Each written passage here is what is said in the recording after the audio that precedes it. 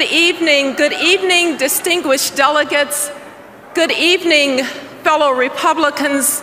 Good evening, my fellow Americans.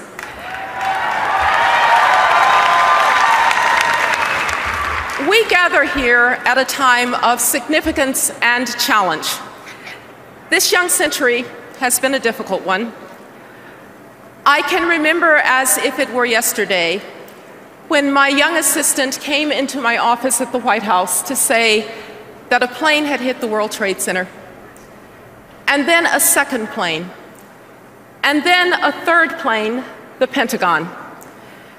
And later we would learn that a plane had crashed into a field in Pennsylvania, driven into the ground by brave souls who died so that others might live. And we have seen that the desire for liberty and freedom is indeed universal as men and women in the Middle East rise up to seize it. Yet the promise of the Arab Spring is engulfed in uncertainty. Internal strife and hostile neighbors are challenging the young, fragile democracy of Iraq. Dictators in Iran and Syria butcher their people and threaten regional security. Russia and China prevent a response, and everyone asks, where does America stand? We can only know that there is no choice, because one of two things will happen if we don't lead. Either no one will lead and there will be chaos, or someone will fill the vacuum who does not share our values. My fellow Americans, we do not have a choice. We cannot be reluctant to lead, and you cannot lead from behind. Mitt Romney and Paul Ryan understand this reality. Our well-being at home and our leadership abroad are inextricably linked. They know what to do. They know that our friends and allies must again be able to trust us. From Israel to Colombia, from Poland to the Philippines, our allies and friends have to know that we will be reliable and consistent and determined. And our foes can have no reason to doubt our resolve, because peace really does come through strength. After all, when the world looks to America, they look to us because we are the most successful economic and political experiment in human history. That is the true basis of American exceptionalism.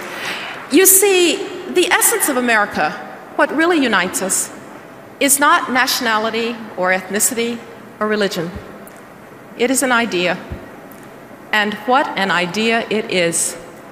That you can come from humble circumstances and you can do great things. That it does not matter where you came from, it matters where you are going.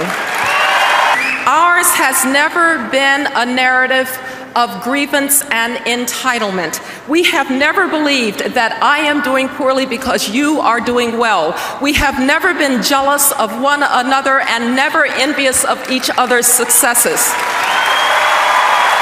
And it has been a constant struggle, long and hard, up and down, to try to extend the benefits of the American dream to all.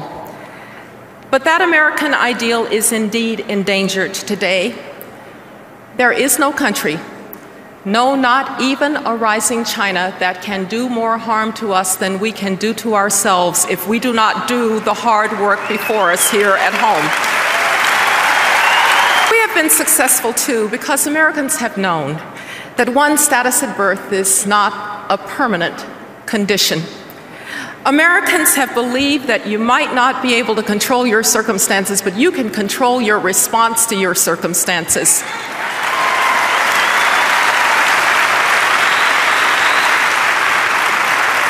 And your greatest ally in controlling your response to your circumstances has been a quality education. But today, when I can look at your zip code and I can tell whether you're going to get a good education, can I honestly say it doesn't matter where you came from, it matters where you're going? The crisis in K-12 education is a threat to the very fabric of who we are. We need to give parents greater choice, particularly poor parents whose kids, very often minorities, are trapped in failing neighborhood schools. This is the civil rights issue of our day.